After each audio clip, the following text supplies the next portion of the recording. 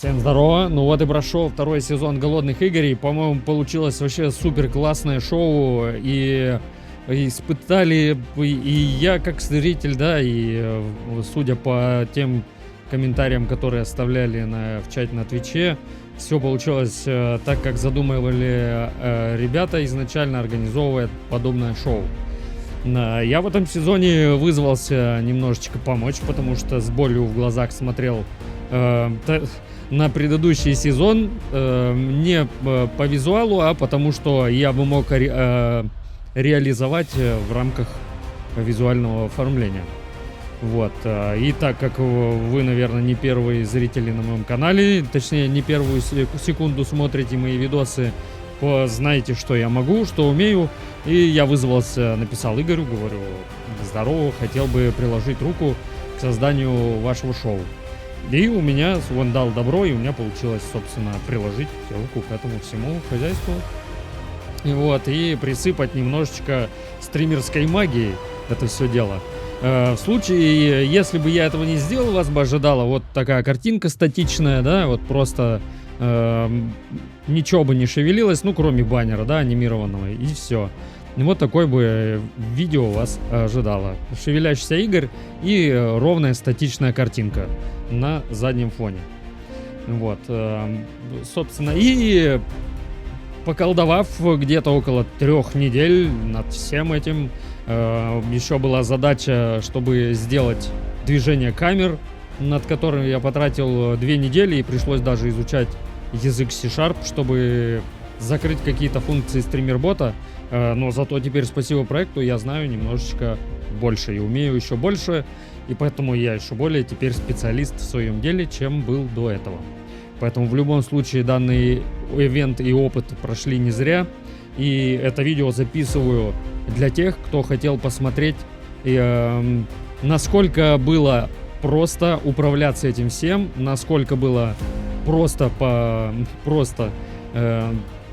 сделано это все, и как оно выглядело со стороны, насколько просто выглядело со стороны, и насколько мудреным оно, ну, является внутри себя. Поэтому пойдемте посмотрим, что у меня получилось, и останетесь ли вы в восторге. Если в восторге останетесь, в конце обязательно комментарий напишите, ожидали ли вы, что это внутри будет выглядеть именно так, или думали, что это какие-то предзаписанные видосы. Ну вы же меня знаете, люблю видосы. Вот, поэтому погнали смотреть. Значит, сцена основная вот так выглядит. Количество сцен, находящихся на OBS у Игоря, вот примерно вот так было. Это сцена с экранами, где каждый экран отдельно выведен. У каждого экрана есть свой ник. Да, там красная, синяя плашки, которые меняют меняют цветовую гамму в зависимости от условий. Условия я потом покажу, какие. Вот, и есть еще штука общая для всех экранов, это рамка там или какие-то штуки, за которые захотел бы Игорь добавить сразу на всех и не парясь. Общая, так скажем, ну вот, например, у нас была рамка серая, ну какая-то коричневая. Вот, и из этого состоял каждый экран. Вот, какие-то синим сейчас покрашены, но это потом покажу, как это красится. Далее у нас отдельно собраны экраны все на сцене, да, которые вот так красиво включаются. Вот, это общее вот как раз до всех экранов, пока рамка добавлена, просто я добавил эту опцию, чтобы можно было менять под свой вкус. Но так как наш многоуважаемый стример был супер загружен, ему ничего придумать там не надо было, и он оставил рамку.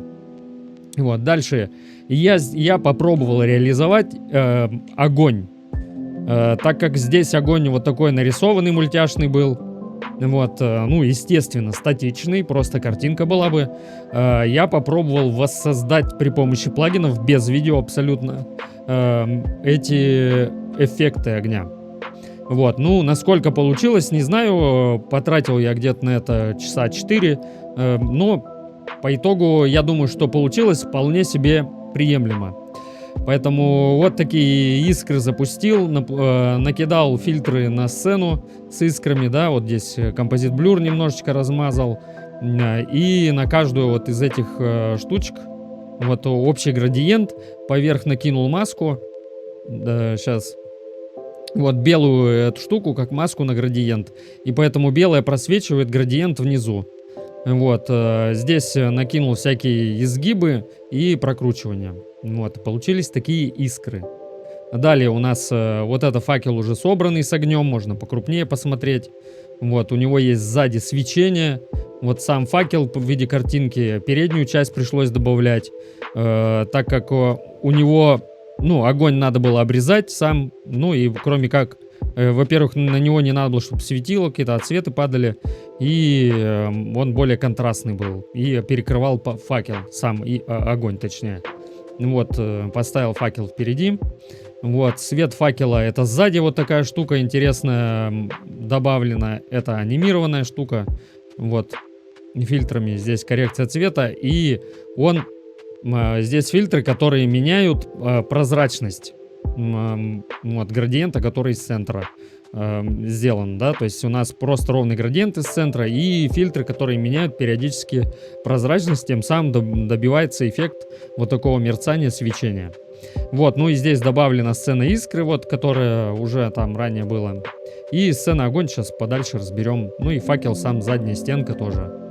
Вот, огонь с факелом здесь, это опять, это два я сделал, потому что у нас два факела, немножко разные фильтры применил, чтобы они там по-разному этот огонь воспроизводили, потому что два синхронизированно бьющихся огня будет смотреться стрёмно, поэтому я сделал два.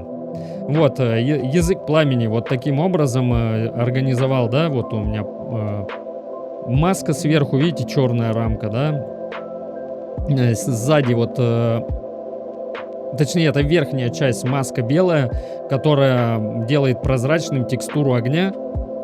Точнее, ну, до нее делать, все вокруг делает себя прозрачным, а она не прозрачным, а вот белая прозрачная. И здесь накинуты фильтры, соответственно, движение вот самого огня здесь шейдер-фильтром добивался. И периодически вот работают движения, да, там изгибы вот этого всего вот... при помощи Corner Pin этим плагином тоже. Это в шейдер фильтре тоже. И, значит, языки огня вот это отдельно. Сейчас вот отключим, видите, сделал, чтобы огонь был неравномерным, движение вот этих полосок, чтобы внутри него были вот эти грани огня. Здесь тоже применено такое приличное количество фильтров, тоже в целом набор одинаковый, где-то, может быть, будет... Ну вот я выключу сейчас фильтры, покажу вам, как это выглядит без фильтров. Вот так. Вот. И это заставляю шевелиться и просвечиваю маской, которая сверху. Вот. Поэтому прокруточка. Вот эта штука. Погнали. И здесь, блин, какие-то я уже забыл, какие выключил. Ну ладно. Уже не суть. Вот. И таким образом они вот разводы эти внутри огня.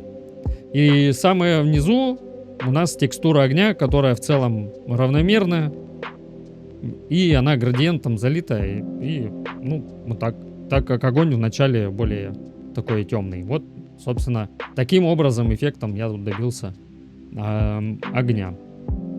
Вот, и получается вот у нас такой факел. Искры плюс огонь, две сцены здесь, да, и вот эти картинки собранные. Ну, таймер, здесь функции таймера не использованы, были вот такие пипки, их не заюзали. То есть была какая-то задумка, но так как я не особо был в команде, значение пипок не знал, и, соответственно, их никуда не прикрутили, просто были наброски. Вот, отдельно камень снизу, здесь добавил огонь. К сожалению, на ивенте съехала немного здесь плашка на каком-то эфире. Вот, и вот отдельно огонек. Опять-таки, видите, за этой текстурой плашки добавил, да, свет факела спереди. Вот, свет, точнее, добавил свет спереди, да, чтобы, ну, как бы засвет от огня. Принцип работы тот же, что и у предыдущего засвета, только тот сзади был. Вот, ну и передняя вот эта часть чашечки. Вот, в общем, вот так. Поехали. Экран с баннерами, это чисто техническое. Здесь мог Игорь, да, включить вот так камень и расставить плашки, ну, как по своему хотению. Потом выключить все, и чисто один экран был, который выезжал. Это сделано для того, что я не знал, какие баннеры будут, что там добавится еще из спонсоров, там его, не знаю. Вот, отдельно ему выводил такую историю. Вот здесь, например, баннер должен был быть, вот, который сбоку вверху. Ну, сейчас покажу. Вот, здесь у нас отдельная сцена с никами выбывших игроков, которые жрала маска. Ники, Игорь просто заходил на сцену, пока с вами болтал, заходил на сцену, включал вот так какой-то ник и запускал уже злую маску. Вот отдельно у меня злая маска, которая тоже фильтрами анимированная. У нее анимация была открытие рта и закрытие сразу. То есть вот две анимации. Это все при помощи 3D-эффекта и мув-фильтра сделано. Вот, отдельно маска открывает рот. По сути, на сцене находится всего два элемента. Это одно изображение и второе. Вот, и анимировано, естественно, плагинами, так как я в целом люблю делать. Жрет это вообще минимум системы. Вот, поэтому можно делать и так. Дальше выбывание игроков. Здесь в целом ничего особого не появляется. Уже сцены, которые были раньше. Добавил два огня, которые вот здесь, вот этих глаза ей. Прикрыл немного передним фоном маски. И вот это, чтобы огни не вылетали за края. Ну, они там неровные немножко, просто прикрыл. Срам прикрыл, так скажем. Ну и накинул сцену, вот эту всю собрал. Что будет происходить по очереди? Вот вылетает ник здесь, потом появляется маска издалека, включение-выключение, потом пауза. Здесь немного то, что не утвердили, мигание и тряска на этой маске. Вот, и потом она изрыгает из себя сзади слово «изгнанный», хохочет. Вот, хохот на выкл надпись. Вот, дальше выключаются огни, и маска исчезает.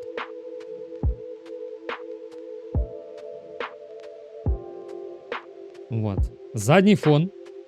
Если не сильно внимательны были, задний фон также анимирован. В начале первые пару выпусков я посмотрел. Мне не понравилось, как это выглядит. Так, подождите, сейчас добавлю WebSocket. У меня, чтобы стример-бот заработал. И увидите, что будет происходить. Вот, значит, просто статичная картинка, пока был аукцион. Наверное, многие увидели, в чем была бы разница, если бы была статичная картинка. Я чисто в этот момент почувствовал немного какую-то небольшую скукоту. Один Игорь на экране, больше ничего не происходит, ожидание, пока поступят донаты, глазу зацепиться нечего, хочется уйти в телефон, а когда человеку хочется уйти в телефон, полистать шорты, это очень плохо. Должны все смотреть именно стрим, на стримера и так далее, никуда не отвлекаясь. Значит, на заднем фоне происходит следующее. Во время стрима появляется луна, потихонечку встает, да, и на ее фоне появляются рандомные силуэты тотемов, которые не очень, по мнению комьюнити, поиграли в этом сезоне. Но я думаю, сделают небольшой итог и сделают их более эффективными. Здесь мне пришлось распилить картинку на несколько этих слоев, эту плоскую, да, и здесь вот комета, например, у меня прокручивается прозрачная, да, она немножко, да, горизонтально прокручивается, вертикально прокручивается, чтобы под углом летела. В рамках, ну, это чтобы сделано, я две сделал, можно в одну засунуть было, но две сделал по моим личным предпочтениям. Ну и 3D-эффектом немножечко сделал ей перспективу, чтобы она назад падала. Вот, более так это с перспективой. Вот так, возможно, вы заметили, да, когда смотрели трансляцию, поднимается луна, и на ее фоне появляются силуэты тотемов. Вот, дверь также в пирамиде сделал светящийся, там включается-выключается, вот передняя дверь, если отключить, у нее там контур, ну вот свет в пирамиде вот так включается-выключается потихонечку. Вот, ну и задний фон, вот видите, пришлось выпиливать тут на облака отдельно, облака закрутил, там тихонечко двигаются, проблема именно в стыковке, чтобы на контуре здесь было незаметно. Вот здесь немного сепию добавил, потому что у нас картинка такая немножко в пикселях. Вам, наверное, не видно было, но я-то видел. У меня-то тут полное разрешение, можно сказать. Вот, и луна периодически висит и скрывается за горизонт. Вот, по комете уже рассказал. Значит, луна вот так отдельно, да, и вот рандомно стример-ботом выбираю изображение, которое показывать здесь. Вот оно вот так меняется, разные тотемы. Вот, дальше здесь это отдельно у меня был алерт. Вот, камешек отдельно сделал, да, алерт донатный, который появился уже в середине ивента. Опять-таки, посмотрев ту поросюшку, которую я делал Игорю, она мне не понравилась, и я срочно приступил. Не спал 14 часов, можно сказать, работал. Вот, а мог бы спать, а так не спал. Вот и работал, сделал ему за день, можно сказать, и отправил алерт уже, чтобы к выпуску быстренько мы с ним накатили, поэтому там немножко есть нестыковки, что он немного залагал там этот тотем, вылазили, почему-то очередь нарушена, они не друг за другом, а накладывались анимации друг на друга поверх, поэтому такой баг вылазил. Конечно, смотрел я, скрипя сердцем, но уже к Игорю не стал лезть. Поэтому ничего страшного. Я думаю, такое случалось там раз маленько, поэтому... И вот здесь я сделал это звуковые эффекты, монетки одинаковые, 3 штуки. Вот, пришлось ставить верхние вот эту челюсть или зубы, как можно это назвать. Отсюда появляются монетки, вот эти монетки, включение-выключение, анимация просто выползает вверх-вниз. Вот, не знаю, заметил ли Игорь, но я тут сделал монетку с черепом и компасом. Вот. Кто понял, тот понял. Вот. Дальше сам камень, естественно, вот видите, передняя часть, вот это немножечко сделал там сзади. Вот. Ник донатера, естественно, для стримербота, сумма и остальное все в целом. И текст доната, он здесь снизу спрятан. Оно прокручивается все при помощи фильтра. Вот здесь текст пробегается, тоже подгонял здесь. И включается тряска иногда, вот тотем может трястись. Вот, и надпись пробегает. Дальше, если кто-то заметил, у тотема было несколько масок. Не знаю, если внимательны, если есть, обязательно напишите, что заметили. Буду признателен, что я не зря эту фишку вводил. Вот, дальше. Сам алерт вот так выглядит. Вот, количество фильтриков вот такое, всякие листики вот отдельно, группы листов, вкл-выкл у меня. Выкл. Вот они, листики здесь по одному. Анимация появления настроена. И исчезание. Вот эти два фильтра включают группу. Вот, включили титры, это листики. Потом появляется звук кустов, естественно, и вылетает тотем. Монетка вылазит. Но это потом. То есть вот мне здесь анимации, вот это, когда вылетает монетка, я здесь анимацию сделал. Потом звук кустов, да, и вот это все триггерится.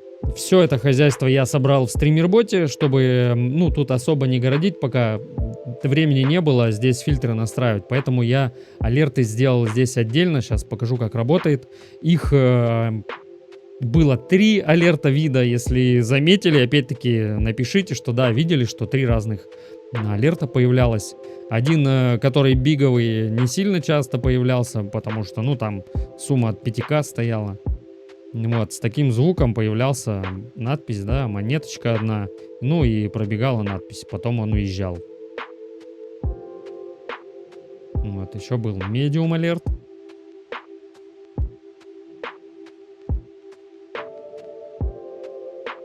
Здесь уже рандомно вылетает тотем. рандомно выбирается из всех существующих тотемов, да, не знаю, эм, стоила ли эта идея реализации или нет, но я захотел добавить. Ну и покажу большой алерт за 5000 рублей, плюс 5000 плюс рублей, который вылазил там, ну, несколько раз всего.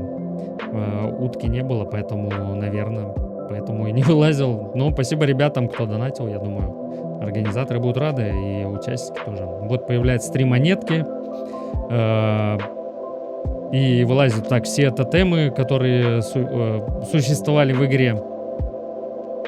И вот так раскрывается, скрываются. Ну, вот так примерно я себе по-быстрому накидал алерт. Идеи особо некогда было развивать. Но я думаю, что вполне себе получилось за менее чем день, ну, не менее чем, а за один день реализовать. И вот дальше вот такая сцена общая. Но сначала хотел бы вам показать штуку про экраны, которые я сделал. Это я, конечно, сильно вообще супер заморочился. Игорь сказал, нужен свежий взгляд на это все хозяйство, чтобы посмотреть, да, как, ну, точнее, чтобы реализовать, чтобы работало. Вот, ну и я со всей ответственностью подошел к вопросу, сделал вот эту простую сценочку в OBS с разными экранами, где их 12 штук. И вот так, если посмотреть на сцену с экранами, то вот столько фильтриков на нем имеется.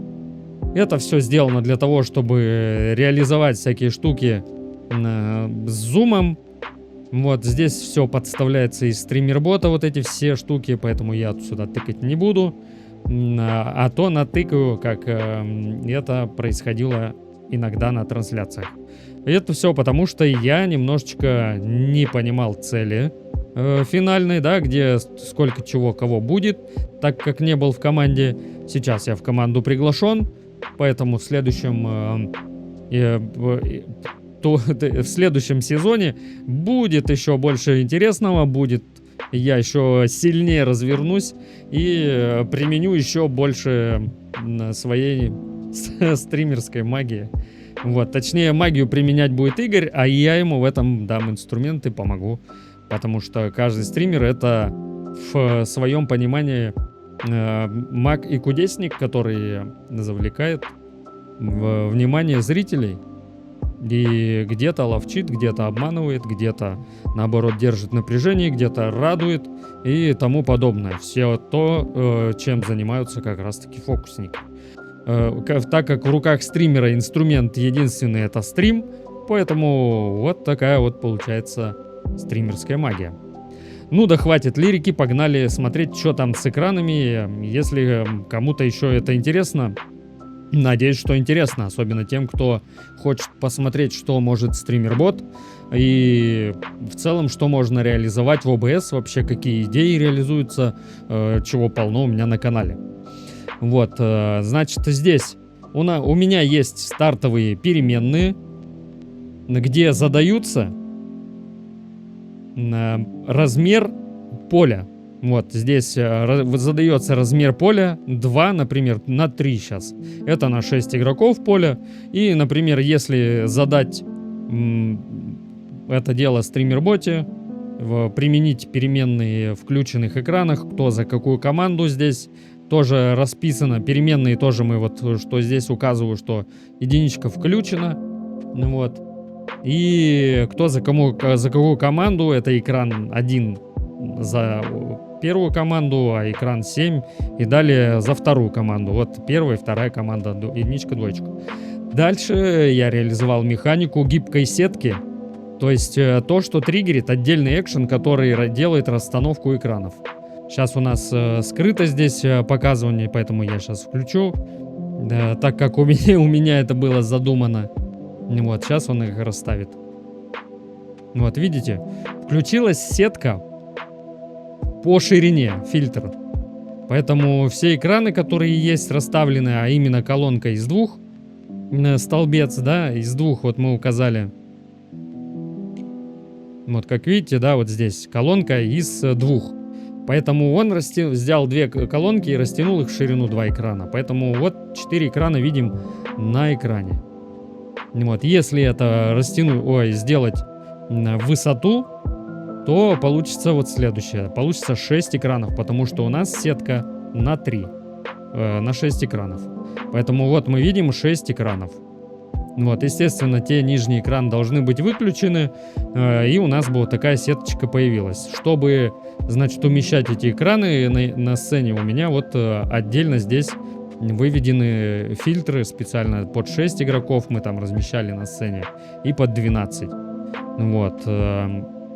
Если, например, нам надо, да, сделать на 12 игроков сетку, вот она, 3 на 4, то есть количество колонок 4 и количество линий. Я здесь даже учел то, что можно менять расстояние между экранами. Сейчас покажу. Сейчас пока на 10 применю, покажу. Вот, и теперь сделаем расстановку по ширине. У нас 4 экрана, здесь все в целом должно и вниз нормально влезть. Вот она, пожалуйста, экран. Если, например, 3 сделать, то будет на 3. Ну, сейчас для демонстрации покажу. Вот, тест, и здесь по ширине. И увидите, как на 3 растянется колонки. Остальные все вниз уйдут. Вот, видите, 9 экранов. Остальные недостающие вниз уехали. Вот такая гибкая сетка, потому что, опять-таки, я говорю, что я не знал, что там по итогу будет. И приходилось продумывать вообще абсолютно все варианты, все это умещать в стример-бота. Значит, дальше у нас есть расстановка, да, по высоте, по ширине я сказал. Есть еще такая штука, как расстановка по порядку, либо расстановка по командам. По порядку это от одного экрана до 12, вот так выставляется, как сейчас сделано, да, если убрать покраску, а покраску я тоже включил. Вот у нас, сейчас найду, серый экран рамки, тык. Все, вот здесь сделал, что можно автоматически экраны приобретали бы нейтральный цвет, либо цвет своей команды. Вот, опять-таки, все это дело настраивается вот здесь. Например, указать можно, за какую команду, да, если мы поставим, например, здесь единичку, поставим один экран, а здесь второй, ну и здесь второй. И сделаем раскраску по экранам, синий, красный, и увидите, как экраны... не применил, так, сейчас применяю. Здесь выключаю, серые экраны включить, и применяю вот эту штуку. Активирую синие и красные. И видите, уже поменялся порядок покраски. Вот, ну верну все назад. К дефолтовым, так скажем, значениям. Так, 7 экрана. Вот, и дальше, и покажу расстановку, еще делал, Игорь использовал расстановку и по порядку, и расстановку на первую и вторую команды. То есть, условно, у нас было 2 команды, которые разделены посередине, да, каким-то невидимым вот этим разделителем, и слева были синие, справа красные. Поэтому расстановки 2. По порядку сейчас применена. Вот это, чтобы расстановка сменилась, либо Игорь включал, либо я уже ему готовые экшены собирал с включением вот этой расстановки. И если мы, например, сейчас сделаем расстановку по ширине, включил я расстановку на 1-2 команды, вот они выключаются, включаются, и одна команда слева, вторая справа. Видите, красные справа, синий слева. Ну, потому что там не поменялась переменная. Ну, как бы видите, все равно переменные применены. Это циферки 2, здесь циферки 1. Вот. Ну и расскажу немножко про зумы. То, что в целом сложно было реализовать из всего, что происходило, да. То есть самое не суть было расставить экраны, не суть их там было красить. Суть была в том, чтобы заставить это выезжать и заезжать на место, где они были, и еще располагаться потом в определенном порядке. Так что давайте посмотрим. Вот, были отдельные экшены на зум. Вот, Игорь выбирал, какой зум он хочет сделать. 4 человека зума мы, по-моему, ни разу не видели. Вот, был один зум на одного игрока, точно, несколько раз был за эфиры. Вот, выбирается игрок, жмется, активируется он, вот, вылазит. И потом после зума оно анзумуется. Ну и одна опция, которой мы не пользовались, это каруселька снизу, да, под экраном, да, вот сейчас активирую эту штуку, зазумлю кого-нибудь, и увидите, мне надо было понимать, точнее, стримерботу дать понять, какой экран мы зазумили, и какие экраны оставшиеся из включенных. Поэтому остались, да, которые можно прокручивать снизу. Поэтому он, вне зависимости от количества экранов, будет прокручивать их оставшееся число снизу по очереди. 4 экрана на экране. И вот таким образом все это дело вращается. Сделано это тоже фильтрами. Они там друг за другом меняются специальным образом, подставляя координаты про этих экранов. Точнее, не про экранов, а экранов. Вот, выключаем так, вот выключается, и делаем unzoom. Вот такие кнопки сейчас должно появиться. Вот, все вернулось на место. Еще одной фишкой был зум на 4 экрана, поэтому, ну, вот так можно посмотреть, как бы это реализовано было, если бы мы на последнем испытании, например, смотрели на 4 команды. Вот, активируется тут зум на 4 экрана, и погнали. Выбираем... Игорь выбирал экраны, которые нужно показать. Вот. И они потихонечку здесь появляются.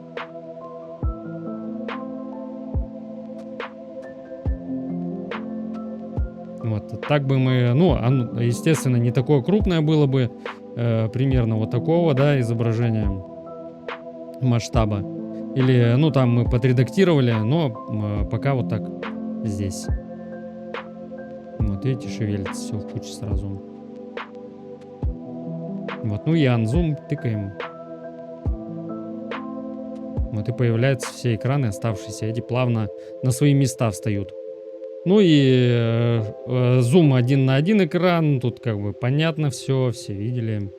И вот тоже все через стримербота сделано. Экраны я сделал выключающиеся, Игорь говорит, потом оставим, давай лучше включающиеся. Все это гибко применяется. Так экшены разбиты, что можно сзади экраны либо включать, либо выключать, как хотите, настраивать, да, или как хочет наш ведущий. Вот, анзум тыкаем, и, ну, и 6 игроков экраны, это нам для сетки надо, чтобы осталось 6 экранов, поэтому выключу экраны. Вот, мы выбираем зум, 6 игроков.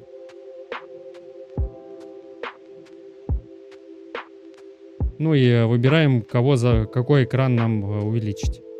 И получается вот такая штука.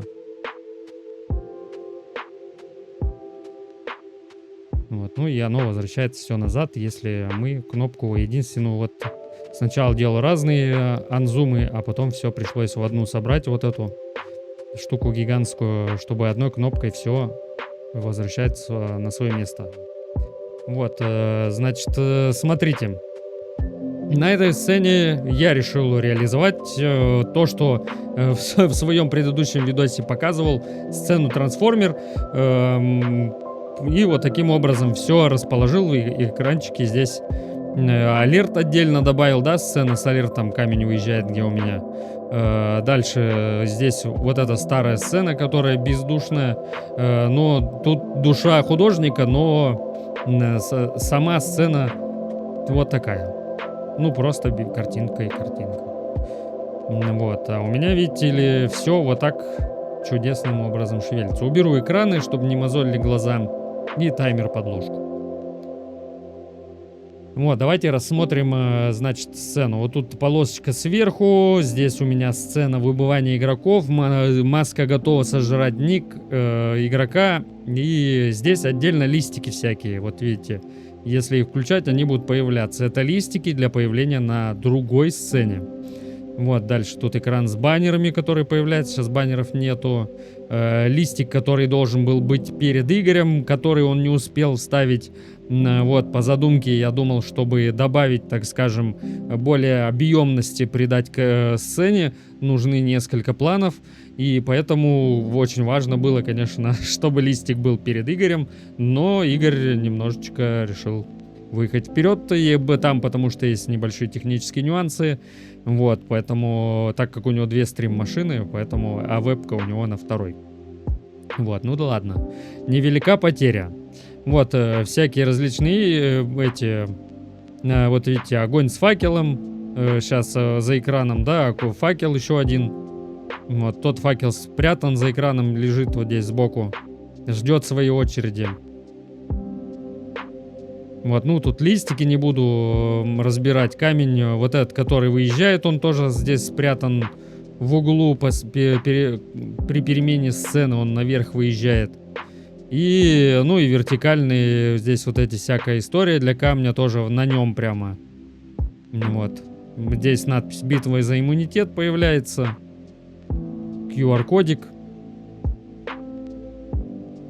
Листиков тоже куча. Ну и камень снизу. Там целая сцена, которую мы чуть раньше разбирали. Баннер с экранами. Вот. Ну и особо тут ничего нету. Вот туман сделал еще. Закрутил просто в сторону. Дал немножечко волну фильтром. Вот. Состыковал здесь, чтобы шероховатости не было. Вот здесь стык. Видно там немножечко. И рисунок повторяется. Вот. И все это дело прокруткой сделал. Вот, сверху фильтриков накинул. Задний фон смотрели, ну и звуки плиты. Вот, и количество фильтров, я уже сливал это инфу в телеге у себя. Вот такое количество фильтров получилось. К сожалению, увеличить как-то, растянуть не могу, но вот так вот. Это все хозяйство выглядит. Старался все красиво в порядок привести, чтобы была навигация удобная, было сразу понятно, что зачем идет, и все происходило вот так. Начало у нас сделал отдельно выключение сцены на 12 игроков и на 6, вот так можно выключить, например, да, потихоньку. Яна сейчас будет убираться, видите, фильтры заработали.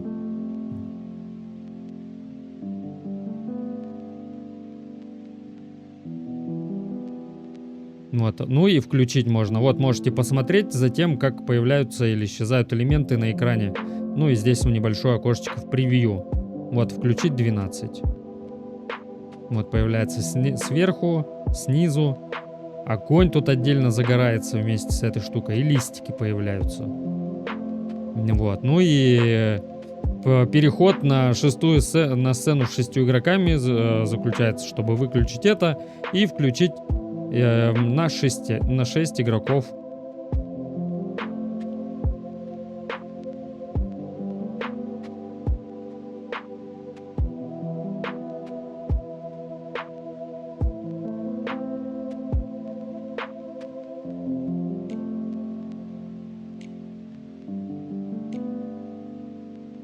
Вот таким образом оно вылазит.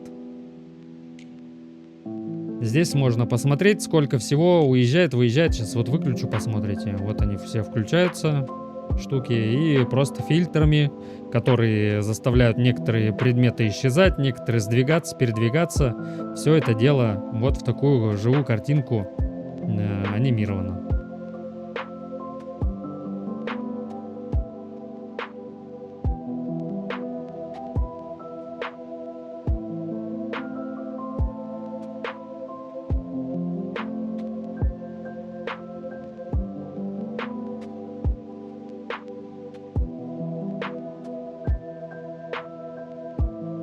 Ну, вот, в общем, все. Сейчас я немножко в конце, если кому-то надо прям целиком все просмотреть, как оно выглядело, запущу ролик.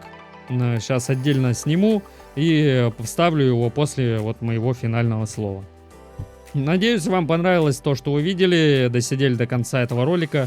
Благодарен вам, что приходили на эфир.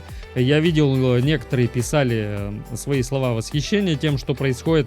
Помимо стримеров, да, на экране именно вот мой труд, выражали свое какое-то такое заинтересованность в том, что происходит, да, писали слова «вау», старался, ну, кого видел, тем отвечать эмоциями какими-то или писать что-то, спасибо какие-то. Вот, ну, наверное, они не знали, что это делал я, но как бы то ни было, считал должным. Так же, как и отвечаю почти на все свои комментарии, а может и на все, под видосами. Поэтому заходите ко мне в телегу, буду рад, заходите на трансляции.